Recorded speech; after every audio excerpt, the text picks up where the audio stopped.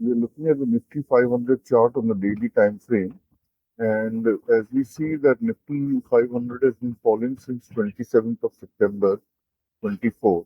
So, in such a case, what do you do when you are going long swing in the equities market? Because you can only do longs if you are in equity, and most people are in equity.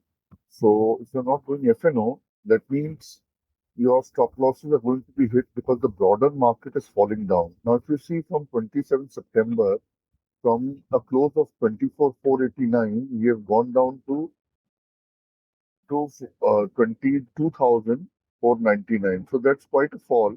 And if you see, the RSI is obviously oversold. Now, even if we do a fib retracement, the index is already crossed the 100 limit, the EMA 100, and although we see some signs here that it could rebound. If you look at the 4 hour, you'll see that you have a hammer formation and it could rebound.